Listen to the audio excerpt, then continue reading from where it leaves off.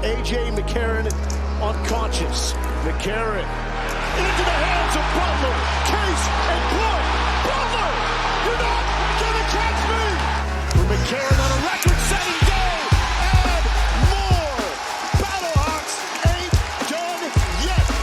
You know, ever since I came out of college, I've been kind of counted out a little bit, and you know, it's just fun to come out here and play. Don't call it a comeback. AJ McCarron is back. Yep, roll tide. The three-time BCS champion and NFL vet is making his comeback in the XFL for the St. Louis Battlehawks. Also, the Eagles moves over to draft weekend has us thinking about a possible Super Bowl comeback. Plus, it's Mother's Day right around the corner. From Wondery, I'm Ryan Shazier. You know what I want for Mother's Day? Eagles, Steelers, Super Bowl. I'm Dave Damashek. Mother's Day is not for you. And this is Don't Call It a Comeback. Don't call it a comeback. I've been waiting on this moment my whole life. Can't call it a comeback. Everybody to your feet, make arenas rise. Yeah, I'm saying from the left to right, we get it on tonight. We do it all, but we don't back down. Just give me one shot, one chance, I'ma take it. Fixing up the game, but these records I keep on breaking.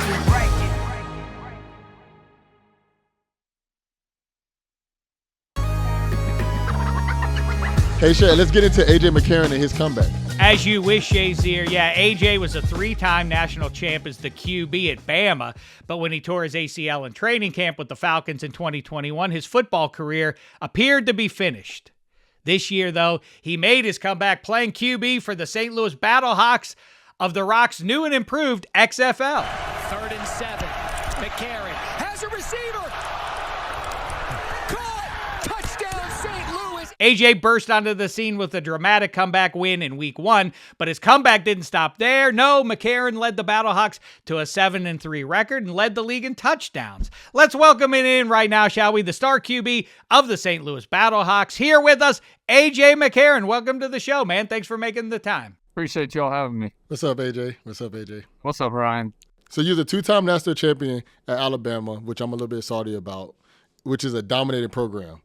What was the transition to the NFL like for you? I think the biggest thing, you know, coming from the SEC was really not so much the speed. It was like, you know, there was times where we played LSU during my days, and hell, I think at one point on their defense, they had 11 guys that were all played in the NFL. So, and most of them ended up being starters. So I think it was just getting used to, from an offensive standpoint for me, was the ball being towards the middle of the field most of the game, which I talk to younger guys about, like different from college and people that want to talk football, like college hashes being so far apart allow you as a quarterback to see blitzes and coverages happen a lot quicker because they have so much more ground to cover. When the ball's in the middle of the field, defenses are able to disguise a lot more and play a lot more games with you. So for me, you know, I think that was the biggest thing. And then, of course, being in our division we were in, facing a lot of teams that were played a 3-4 defense, especially y'all, and having you at the mic, and then guys like James Harrison on the edge, and figuring out, you know, college, you didn't face a whole lot of 3-4. So most of it was 4-down base defense. So from a scheme standpoint, that took some time, but yeah, I'd say that just the hashes and getting used to the disguise of defenses was, you know, probably my biggest transition part. Okay, so before we get to the XFL stuff, we're telling the backstory here. I can't imagine why Shazier's salty about the Tide winning a national championship. How about McCarron going from Tuscaloosa into basically your backyard there, 5-0, moving not too far for Columbus, Ohio? I guess that, you know, to the victor go the spoils, right? Yeah, I know, man. It's just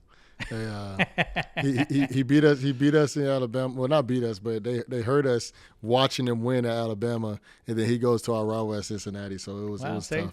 Take that. So okay, AJ, in 21, you tear your ACL in the preseason with the Atlanta Falcons. At that point, then, given the ground you had covered between Tuscaloosa and the NFL, where's your head at that moment? Going through an injury from the first time that had put me out a whole season. I had played through, many injuries throughout my career, and but had never been knocked out for a full year. So from a mental standpoint, and I think Ryan will be able to definitely speak on this, but from a mental standpoint, I think that's the toughest thing about injuries is being able to push through it mentally rather than the physical part's going to come. It might take more time than what you're used to, but your body will heal over time. And so for me, just being out that year, but also at the same time, like I think it was a true blessing from the man above, because it made me, so I got to spend a lot of time with my kids, which I have 3 boys, and I haven't been able to spend that amount of time with them. And, all season goes by so quick, and before you know it, we're right back into OTAs and camp and everything else in the league. So being able to coach my oldest in baseball, coach him in flag football, be around for my middle son, to be able to kind of help him learn the process of playing sports, was something that I, didn't realize how much I would love, and how many times, I've missed and cherished those moments that I get with them, and holidays and everything, birthdays, everything else like that. So, I would think just the mental side of it, really going through that injury and then falling in love with the sport again, because once I was able to come back and get back into the swing of things, you realize how much you missed the game.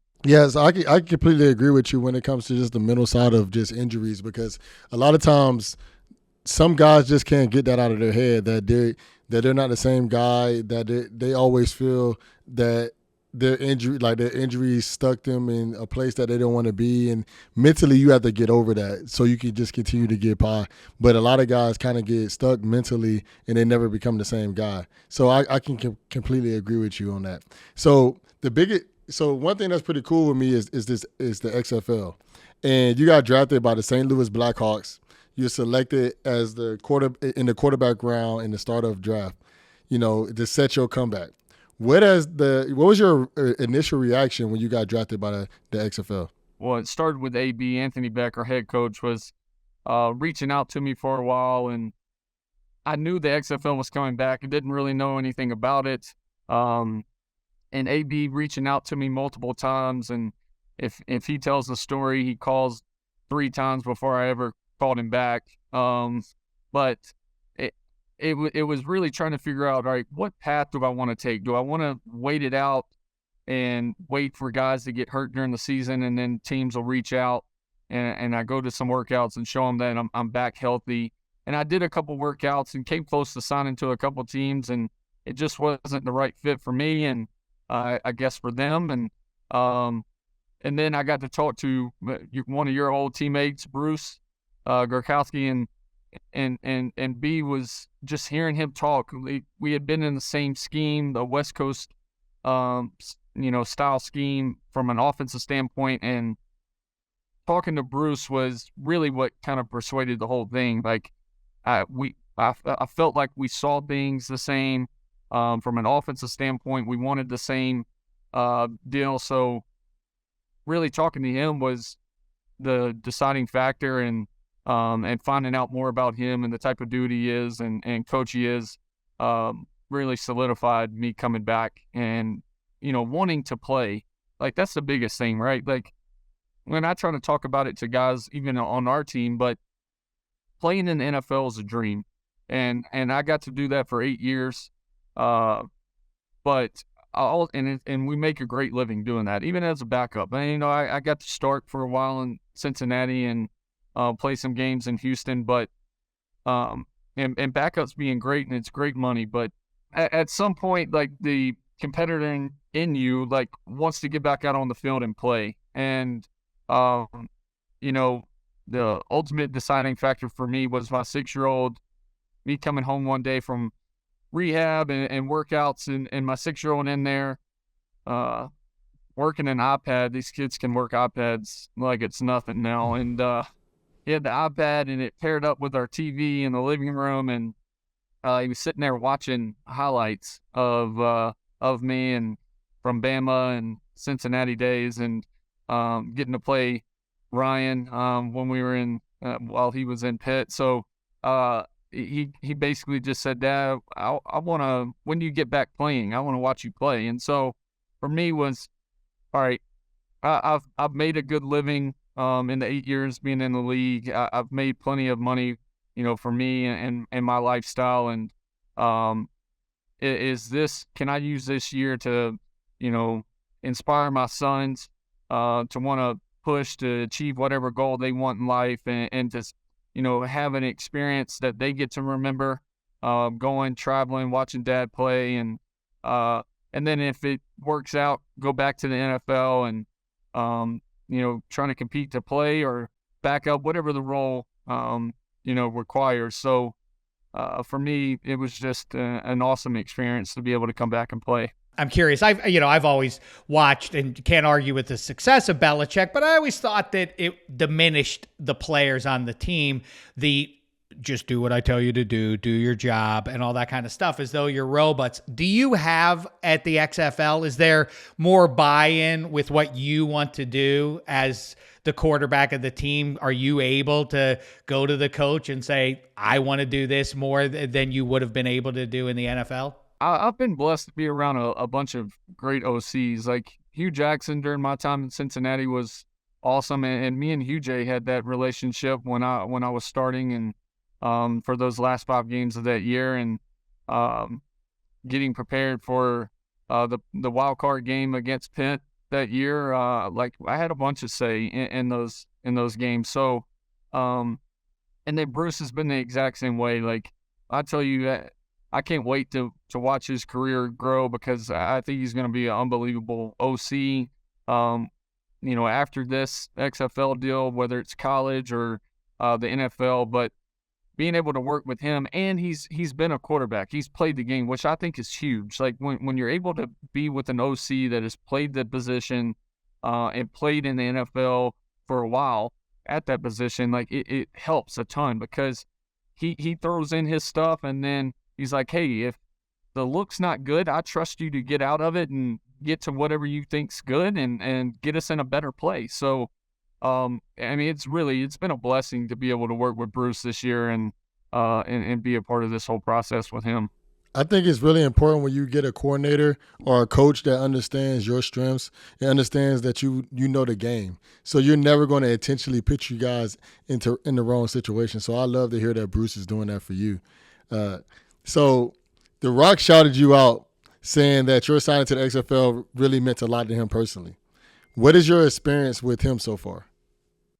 Yeah, other than a couple of shout outs, and my son, my oldest, almost every time I see him ask, have I talked to The Rock, and are we friends? I'm like, listen, but he just talks about me on social media, but I haven't had a chance to actually meet him, which hopefully I'll get that opportunity. But, it's definitely, Brian, it's been an awesome process to be a part of this, and to help this league out, because I think this league has a chance to be extremely successful, right? And the one thing that's been a positive, I think, for the league that they haven't done in the past is they're actually kind of teaming up with the NFL. Like in the past, the XFL has always been to fight and go against the NFL.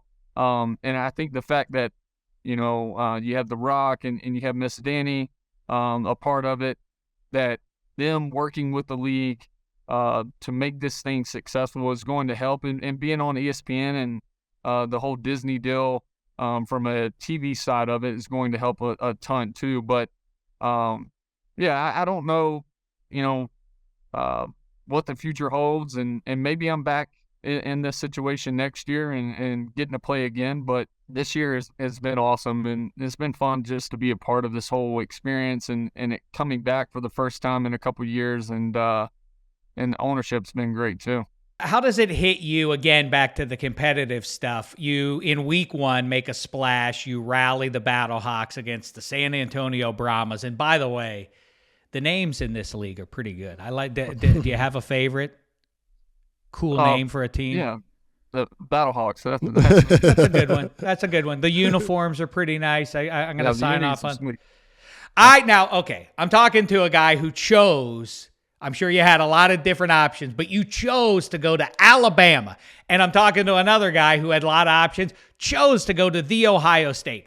Were it me, if the world was my oyster, I would go to like Oregon State, where I would be one of one. It's like, yeah, I'm not a part of a lineage of anything. I'm the greatest star of all time. Does it hit you that you may resonate? This is a great personal choice for you and your family, but that you may resonate in a way at the XFL in success, much in the same way that Joe Namath is a big name brand because of the AFL and all the AFL stars of long before any of us walked the earth. Shek, I've never thought of it that way. The reason I chose to go to Alabama is because we grew up so poor, and we didn't have enough money to do anything at all. And Tuscaloosa was 3.5 hours away from Mobile, so it was easy for my family to drive up. Wow! And they could all pile in together and drive up. That's why I chose Alabama. Trust me, the day before I was going to commit to Oklahoma, with Heupel and Coach Stoops and them. So I really the next day kind of changed my mind and went because I knew my family wanted me to go to Alabama. They grew up Alabama fans, and I did not. But and it all worked out. And but yeah, I mean, from an XFL standpoint, like, you know, I'm big on like day to day. Like I never want to get too high, I never want to get too low. I try to stay as level as possible, and that's why I said, like, I don't know what the future holds. I don't know if any NFL teams like me, if they like the way I've played this year, whatever it is. It's things that I can't control, and I feel like if you use some mental units on that, you end up just draining yourself and your self energy, worrying about something that you have no control over. So for me, it's just enjoying this time, and then, you know, when the season's over, enjoying some time with the family, and then kind of sitting down and deciding, you know, what the next route is. And like I said, if it leads back to the XFL, I'll be happy and be ready to play and lead a team next year. One thing that's really cool about the XFL, it has some really unique rules. Yeah. And I know you guys had an incredible comeback on the 3-point conversion, which is crazy to me, a 3-point conversion. And then instead of an offside kick, you have a 4th and 15 conversion. Which out of these rules do you think will be a good addition to the NFL? One, I even think that the kickoff deal being 5 yards apart, I think that's something the league will adopt. I think that'll be soon, because you get returns and you cut down on the injury side of it, because guys aren't running so far apart from each other, full steam ahead. But I can see him run the extra point deal. I really can, because of, that's what the league pushed the extra point back years ago when we were in the league, was because it was almost 100% when it was at its normal late back in the day. And then they wanted to make the game more interesting and have viewers, talk about it more, and that's why they moved it back. And I think at some point they will adopt the extra point, whether it's not all those options and it's just a 3-point option or a 2-point and just having 2 of them. I can see him doing that, because it does make the game interesting. And hell, that first week, I think we were down 12-3, and for us to be able to come back in a minute 30 and score, I think we scored 12 points in a minute 30 was pretty nuts, and something that was kind of crazy. So I can see the league adopting that.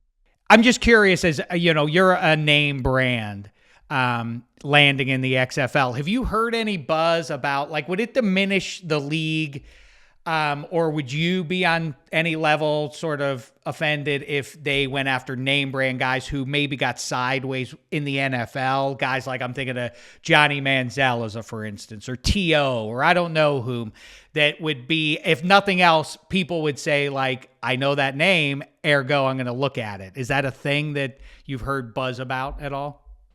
I haven't. it's crazy because, I mean, this league's already got a ton of guys that have played in the league. I mean, hell, Sure. you got Pro Bowlers. You got Philip Lindsay, who was a Pro Bowler in Denver, and Vic Beasley, who was the NFL sack leader. You got Josh Gordon. I mean, you got guys that have played Sure. in the league for a while. So, I think it's an awesome opportunity for guys that, and Ron knows this, like when you're in the league and he's been a part of teams, I'm sure, like when you're a backup for so long, you kind of get lost in the shuffle after just say 3 to 4 years, because if you're not able to play, people forget, scouts forget. They might see you at practice, but they haven't seen you in a game enough. So you kind of get lost in the shuffle with new guys coming in, other vets getting cut off of teams to where, he played last year, so we can bring him in to just be a backup for us this year. So we saw him, and they kind of forget about the backups that they already have that are good players. So I think this league allows, those guys that got lost in that shuffle of the league trying to be cheaper by bringing in, paying younger guys because their contracts are less, which soon enough, I mean, those they'll be just as expensive as a vet contract. Right. These rookie contracts keep going up $45,000 a year. I think this league just offers a great opportunity for guys that have been lost in the shuffle for whatever reason, injury, off the field issues, and it's been awesome to be a part of that. Hey, so the last thing before we head out, and I just want to say thank you so much, AJ, for joining us. After closing out the season with the Battlehawks, man, like what's next?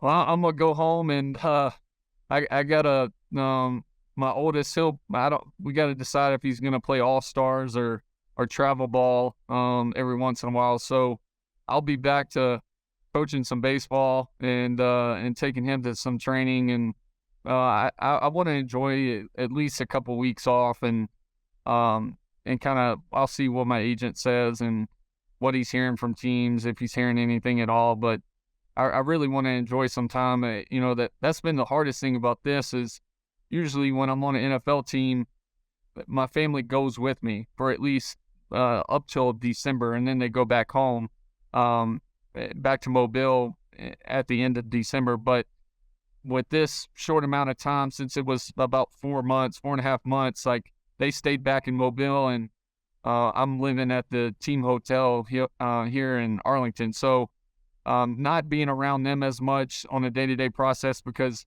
I got in a rhythm where I was picking the boys up, taking them to school, and able to pick them up at 3:00 and taking them to practice and everything. So missing those moments has been tough. Not to see the boys every day, and even FaceTiming the wife at night and telling the boys good night. And my 2-year-old, my youngest, he's already mean as all get out, but he gives me these looks like, I don't even know who you are. So that gets kind of tough sometimes, but for me, it's just enjoying some family time. That's awesome. Good for That's you. awesome. I like that you went to Tuscaloosa so that the family could come and see you regularly, and now you go to the XFL so your boys can see you. Bottom line, before we let you go, I heard the fits and starts of it, the Zoom calls, but has it been what you had hoped it would be in terms of letting your kids get to see the old man in all his glory? Or are they now Battlehawks guys walking around the house and school in Battlehawks jerseys and such? Well, yeah,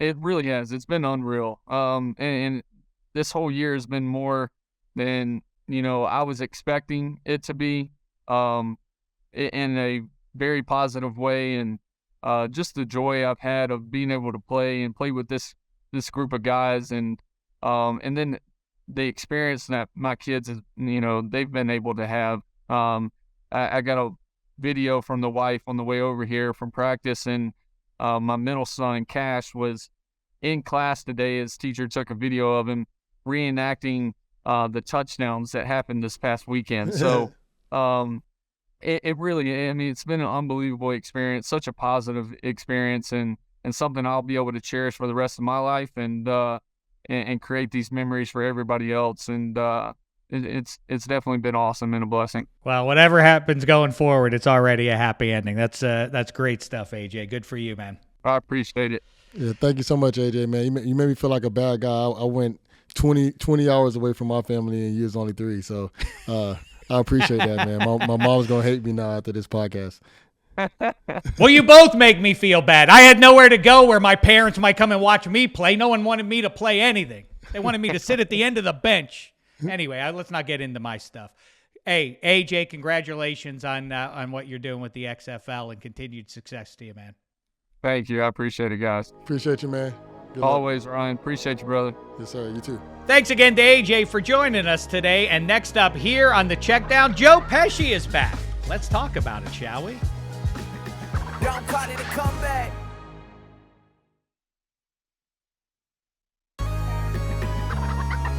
Time for some other comeback stories in the news we need to give a look at this week. This is the Checkdown. Shazier, the Eagles made waves during the draft weekend by bringing in as many Georgia Bulldogs as they could possibly find. Are you picking the Eagles to get back to the Super Bowl from a relatively soft NFC? They are a heavy favorite to do so. Yes, I definitely feel like the Eagles can definitely make a run for another Super Bowl because if you really look at the NFC, I just don't see the competition that they will have to go against like they would if they were in the AFC. The AFC have all the top quarterbacks. They have all the young guns. And the NFC, all the teams over there are good, but nobody really just strikes you like, hey, we're the clear-cut favorite besides the Eagles. And with them getting all those Georgia Bulldogs, like you said earlier, man, Georgia, they had a dynamic defense. They're bringing all those Bulldogs in, and it's just trying to just bring more depth and just versatility to their team. I just think that the Eagles are the clear-cut favorites if they're going to go back to the Super Bowl. At this point, we got months to go and things happen, injuries and otherwise. But yeah, the San Francisco 49ers, who are the chief rival, it would appear, to get in the way of the Eagles going to the Super Bowl for the second straight year, are led by Sam Darnold. I mean, to put a finer point on what you already said there, all the best quarterbacks are over there, save Jalen Hurts and, I don't know, Dak Prescott you might want to involve in that conversation. But the other big favorite to come out of the NFC is the Niners. And again, I'll say who their quarterback appears to be, Sam Darnold. Color me uninspired. Yeah, if you really think about their top 5 quarterbacks. And some of these guys I do enjoy watching them play. But you would say Jalen Hurts, right? Dak Prescott. Then you have Derek Carr, which Derek Carr was like number 9 on the AFC side. And you will add Geno Smith. Seahawks might be good. They might be real good this year. But yeah, it does hinge on Geno repeating what he did a year ago. And then the 49ers, they have everything that you would need on a team, just like the Eagles, to be a great team. But the Eagles have one of the highest paid players in the NFL, and his name is Jalen Hurts. And if he didn't make one mistake in the Super Bowl, they would have won it. While when you look at the 49ers, their starting quarterback, it may be Brock Purdy, maybe Trey Lance, maybe Sam Darnold. You don't really win championships like that. We'll see by the end of the season, but going into the season, I just can't see them beating the Eagles if they play again. Well, the devil's damashek to everything we just said is Kyle Shanahan. He is the NFL's drawn butter. You can dip any QB into what he's got cooking, and it's going to taste pretty good. Let's see how far he can do that with Sam Darnold. This is a brand new test. He did it with Mr. Irrelevant Brock Purdy a year ago, so some cause to be hopeful. Chris McCaffrey at quarterback. Yeah, Chris McCaffrey at quarterback. You couldn't do nothing with him. Touche, Shazier. Hey, a new show called Bupkis aired last week, and it starred Pete Davidson and Joe Pesci. Shazier, let's figure this out. If he were going into the Hall of Fame, you get to choose your hat, what team you're associated with. If Joe Pesci goes into a Hall of Fame, what movie does he roll with as his number one? Are we talking about him as in, hey, everybody sees him, or are we talking about as in adult movies? Because if you're talking about everybody sees him, my son even knows who Joe Pesci is, and he's 4 years old. But if you're talking about just adult movies, then, you'll have to talk in, Casino. You'll have to bring in Goodfellas. You have to bring in is it My Cousin Vinny? It's your show, Shazier. You make the rules. Do it however you want to do it. I know I make the rules, so that's what I'm saying. If you're talking about family movies, I'm going to have to go with Home Alone. Because my son even asks us to watch Home Alone. He knows who the guy is with the gold tooth, and he wants to stay away from that guy. But if you're just talking about, hey, movies that I would like to watch and I'm not watching with my kid, I'll probably have to go with Casino. Goodfellas is his best movie, which is no surprise because it's one of the 2 or 3 best movies in the history of people. But Pesci's death scene in Casino, sorry if I spoiled the end of the movie for anybody, but his death scene is top 5 worst deaths in movie history. I just can't believe you said top 2 movies of all time. Well, I stand by it. That's not hyperbole. What's going to beat that besides The Godfather? Come on. Max Duggan was drafted by the Chargers. We covered Max's miracle comeback season with Dan Rubenstein earlier this year. How great is it to see Max find a home in the National Football League, Shazier? To me, I think it's really awesome that Max found a home. He's very competitive. He's a winner. He's a guy that went into this season, nobody expected anything from him, and he was a Heisman runner-up. So that just lets you know what the Chargers see in him and what TCU seen in him to allow him to get to this moment. But the thing that I really like about this moment for Max Duggan is that he's going to the Chargers, but he's not going by himself. He's also going with his receiver, Quentin Johnson, which is going to allow him to be able to build some type of chemistry with somebody that's in the twos. Quentin might work his way into the ones a lot sooner than Max Duggan, because the only way I see Max Duggan working his way into the ones if something happens to Justin Herbert, and hopefully that doesn't happen. But I think to be able to practice with your receiver that you were playing with, to learn the playbook together, and then to have somebody that's already a friend of yours get drafted to the same team as you, it makes it a little bit better for him. So I'm really happy to see somebody that, going into this season, TCU was not a team that a lot of people expect a lot from, and they made it all the way to the national championship, and that's because of the back of Max Duggan. So I'm happy to see that he made it to the National Football League. Yeah, not to patronize the audience. People understand this deep down, but we get sideways and sometimes forget the kids who just get drafted and they're suddenly millionaires and all that, but they're still human, and it's probably makes you nervous going into a new place, NFL stars all over. Did you have anybody when you got to the Steelers that was a pal? Was anybody from Ohio State there, or familiar faces to make you more comfortable? So it was kind of cool because Stephon Tuitt, me and him trained together the whole draft. And it's so funny because we have a story that I had bought. We went to Men's Warehouse, and we had got our suits for the draft. Not the draft, but for the combine. So I had bought his suit, and then he was supposed to pay me back. But he never paid me back. So he thought he was going to run away and never had to pay me back. And then we get drafted to the same team. And I'm like, bro, you still have to pay me. So we end up working it out. So he didn't have to pay me. He ended up doing something else. But it was like going into a team, it was like, oh, snap. The second round pick is a guy that I was cool with the whole time I was training. And then, we had Cam Hayward, Will Allen, some old Buckeyes that I used to see when I was in school. And they kind of just took me under their wing. And ever since then, they're still like my brothers to this day. Oh, so let's talk to your brother, Cam Hayward. I'd love to hear his thoughts on the state of the Pittsburgh Steelers in advance of 2023. In the meantime, Mother's Day is making a comeback on May 14th, 5-0. What do you have planned for your mom? Could also ask you about the missus, but let's cover your mom. So what I have planned for my mom is my mom hasn't seen my youngest son in a year. Well, let me say this. She has seen my youngest son. She comes to visit, and she's actually coming to visit me the week after Mother's Day. But the week of Mother's Day, I'm actually taking my youngest son, and we're going down to Florida. And she's going to be able to spend time with my mother and my grandmother, who hasn't seen him in over a year. So we're just going to have dinner at a place called Prime 112 and just have a wonderful Mother's Day. Wonderful. That is nice. Enjoy that. Happy Mother's Day to your mom, to your wife, and to all the moms out there.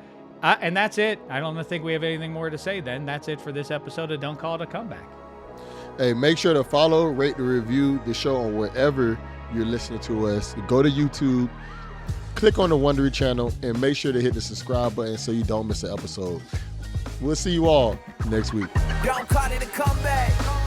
I've been waiting on this moment my whole life. Can't call it a comeback. Everybody to your feet, make arenas rise. Yeah, I'm saying from the left to right, we get it on tonight. We do it all, but we don't back down. Just give me one shot, one chance, I'ma take it. Fixing up the game, but these records I keep on breaking.